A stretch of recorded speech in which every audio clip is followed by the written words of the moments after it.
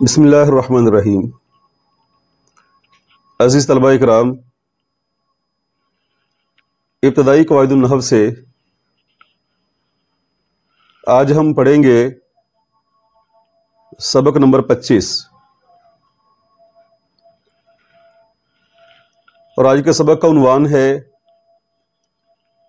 اسماء اشارات اور اسماء موصولہ۔ اسم اشارہ وہ اسم ہے جس سے کسی معین چیز کی طرف اشارہ کیا جائے،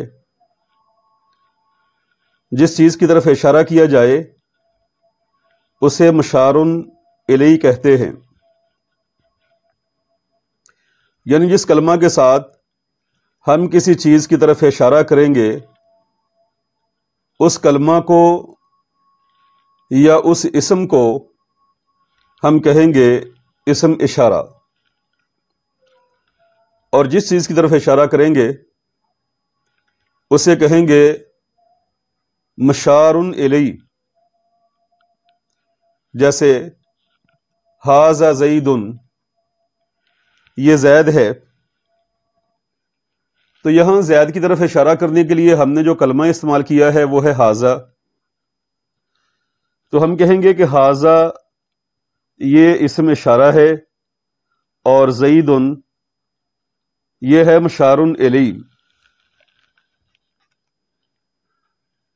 دور اور نزدیک کے لحاظ سے اسم اشارہ کی مندرجہ ذیل 3 قسمیں ہیں۔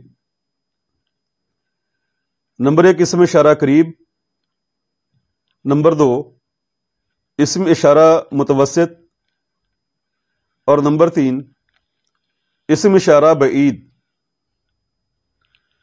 یہاں صرف اسم اشارہ قریب اور بعید کا ذکر کیا جاتا ہے اس لیے کہ ان دونوں کا استعمال کثرت سے ہے، تو اس لیے صاحب کتاب نے ان دو کے بارے میں یہاں بحث کی ہے۔ اسم اشارہ قریب، جس کے ذریعے اس چیز کی طرف اشارہ کیا جائے جو قریب ہو، جیسے ھذا القلم جدید،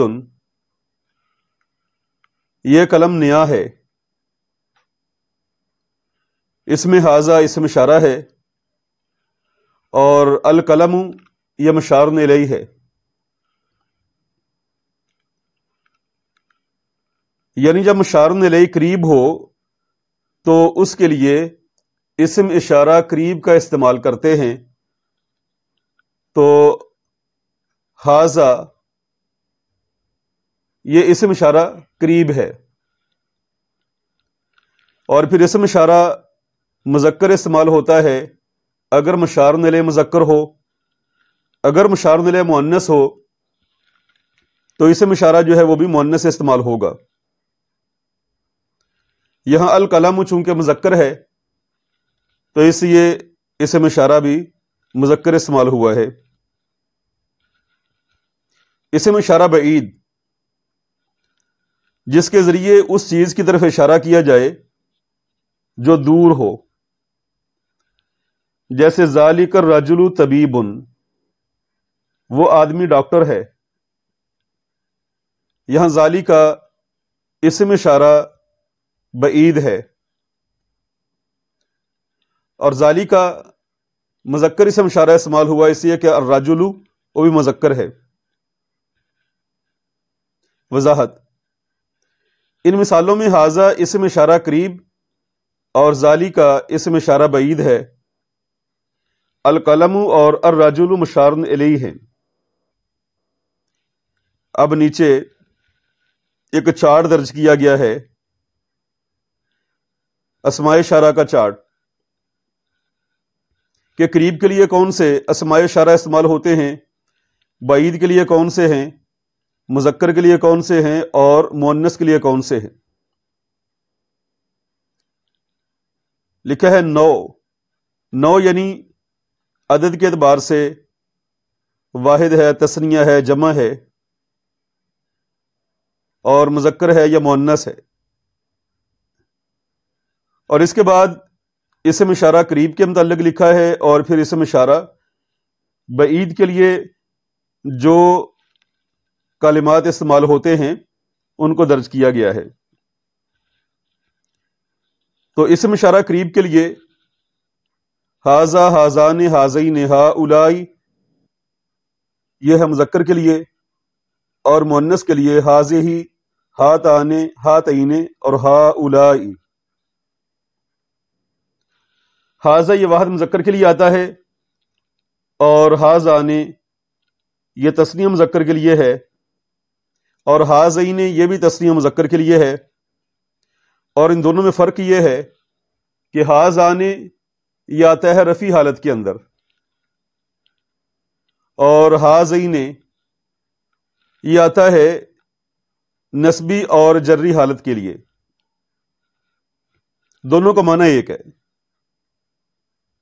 اور ہاؤلائی یہ جمع کے لیے استعمال ہوتا ہے، جمع مذکر کے لیے، اور جمع مؤنث کے لیے بھی ہاؤلائی ہی استعمال ہوتا ہے، جیسا کہ آگے آ رہا ہے۔ تو مؤنث کے استعمال ہونے والے جو کلمات لکھے ہیں، ہاذہ یہ واحد مؤنث قریب کے لیے ہے، اور ہاتانی تثنیہ مؤنث کے لیے، ہاتین یہ بھی تثنیہ مؤنث قریب کے لیے۔ تو یہاں بھی ہاتانی اور ہاتین کے اندر یہی فرق ہے کہ ہاتانی آتا ہے رفع حالت کے لیے، اور ہاتین یہ آئے گا نسبی اور جری حالت کے لیے۔ ہاؤلائی یہ جمع کے لیے استعمال ہوتا ہے، مذکر کے لیے بھی اور مؤنث کے لیے بھی۔ آگے ہے اسم اشارہ بعید کے لیے استعمال ہونے والے کلمات۔ مذکر کے لیے ذالی کا، زانی کا، اولالی کا، اولائی کا، اور مؤنث کے لیے تل کا، تانی کا، اولالی کا اور اولائی کا۔ تو ذالی کا واحد مذکر بعید کے لیے، زانی کا یہ تثنیہ مذکر بعید کے لیے استعمال ہوتا ہے، اور اولالی کا اور اولائی کا یہ جمع مذکر بعید کے لیے استعمال ہوتے ہیں۔ تل کا یہ واحد مؤنث بعید کے لیے استعمال ہوتا ہے، وہ ایک مؤنث چیز یا مؤنث۔ تانی کا تثنیہ مؤنث کے لیے، اور اولالی کا، اولائی کا یہ جمع مؤنث بعید کے لیے استعمال ہوتا ہے۔ اب ہے اسماء موصولہ۔ وہ مبہم اسم، مبہم یعنی غیر واضح اسم، جو صلہ یعنی جملہ یا شبہ جملہ کے بغیر تنہا جملے کا مکمل جز نہیں بنتا ہے۔ جیسے جاء الذی ابوہ عالم، وہ مرد آیا جس کا باپ عالم ہے۔ یعنی اسم موصول تنہا جملہ کا جز نہیں بنتا، بلکہ اس کو جملہ کا جز بننے کے لیے جملہ یا شبہ جملہ کی ضرورت ہوتی ہے۔ جیسے اوپر والی مثال میں دیکھ لیں، جاء الذی ابوہ عالم، آیا وہ جس کا باپ عالم ہے۔ یہاں الذی اسم موصول ہے، اور ابوہ عالم یہ مکمل جملہ جو ہے یہ اس کا صلہ ہے۔ تو صلہ اسم موصول کے بعد ایک جملہ ہوتا ہے، صلہ اسم موصول کے بعد ایک جملہ ہوتا ہے، اسے صلہ کہتے ہیں۔ وضاحت: مذکورہ مثال میں الذی اسم موصول اور ابوہ عالم جملہ ہے جو اس کا صلہ ہے۔ اسماء موصولہ درج ذیل ہیں۔ پہلے مذکر کے لیے، واحد کے لیے ہے الذی، اور تثنیہ کے لیے اللذان، اللذین۔ تو یہاں بھی وہی فرق ہے کہ اللذان یہ آتا ہے تثنیہ مذکر کے لیے اگر رفع حالت ہو تو، اور اللذین یہ بھی تثنیہ مذکر کے لیے آتا ہے لیکن نسبی حالت کے لیے اور جری حالت کے لیے۔ اللذین وہ جو، تو یہاں آتا ہے یہ جمع کے لیے، مؤنث کے لیے استعمال ہونے والے کلمات۔ واحد کے لیے اللتی اور تثنیہ کے لیے اللتان اللتین، اور جمع کے لیے اللاتی اللواتی اور اللائی۔ سوالات و تدریبات۔ اسم اشارہ کی تعریف مع مثال ذکر کریں، یہ بیان ہو چکی۔ اسم اشارہ قریب اور بعید کی گردان، یہ بھی بیان ہو چکی۔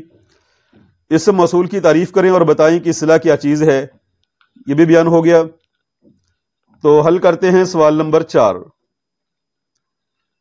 مندرجہ ذیل خالی جگہیں مناسب اسماء اشارہ سے پر کریں۔ یعنی آگے جو ہے 3 کلمات لکھے ہوئے ہیں اور ان خالی جگہوں میں ہر جملہ کے اندر 2 خالی جگہیں ہیں اور ان میں مناسب کلمات آپ نے درج کرنے ہیں۔ پہلا ہے ھذہ کراسۃ وھذا کتاب، کہ یہ کاپی ہے اور یہ کتاب ہے۔ کراسۃ چونکہ یہ مؤنث ہے، اس کے آخر میں جو تائے مدورہ ہے، گول تا جو ہے، وہ تانیث کی علامت ہے، تو اسے اس کے لیے آئے گا ھذہ ہی۔ اور کتاب یہ مذکر ہے تو یہاں اسم اشارہ بھی مذکر آئے گا، ھذہ کراسۃ وھذا کتاب۔ نمبر 2، ھذان بیتان، یہ 2 گھر ہیں، وھاتان مدرستان، اور یہ 2 مدرسے ہیں۔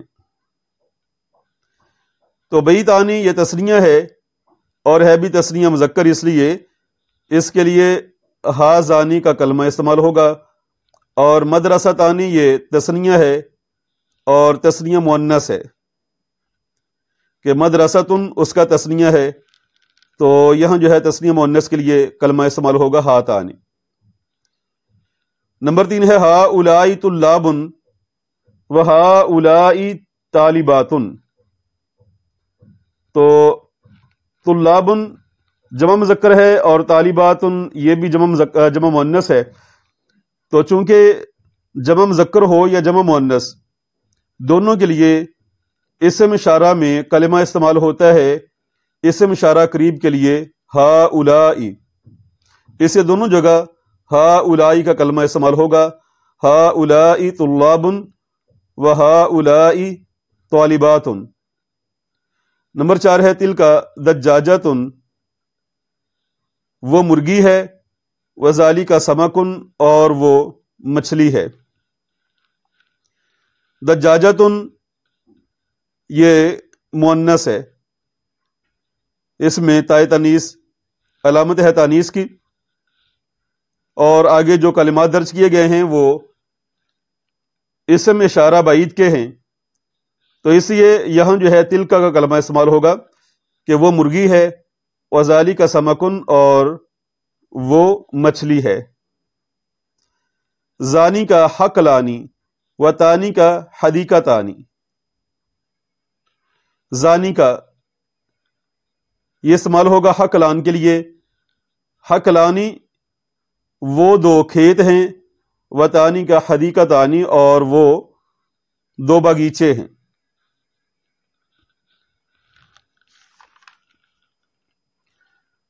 اور اس کے بعد ہے ھؤلاء اطفال وھؤلاء بنات۔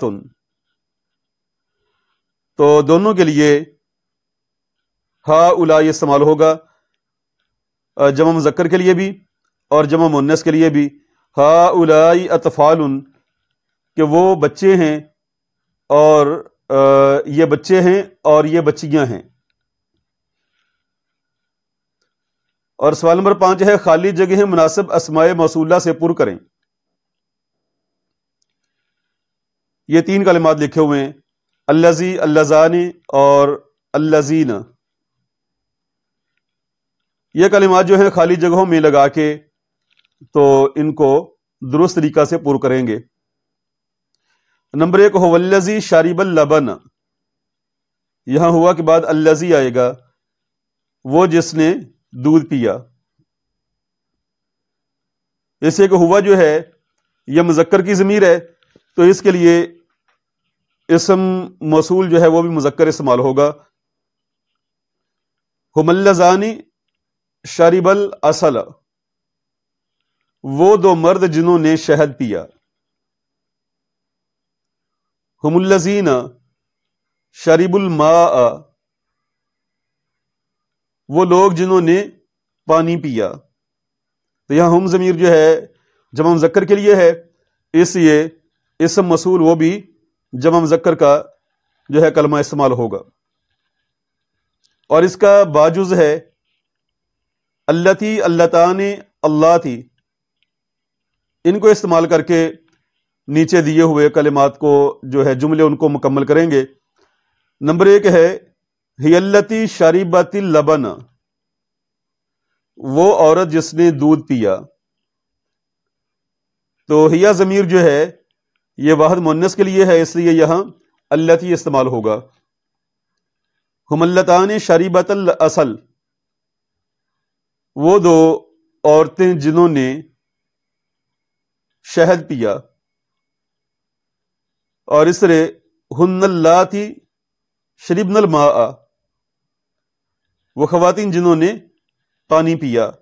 تو ہن ضمیر جو ہے جمع مؤنث کے لیے ہے، اور اس کے لیے جو اسم موصول کا کلمہ ہے وہ بھی جمع مؤنث کا استعمال ہوگا.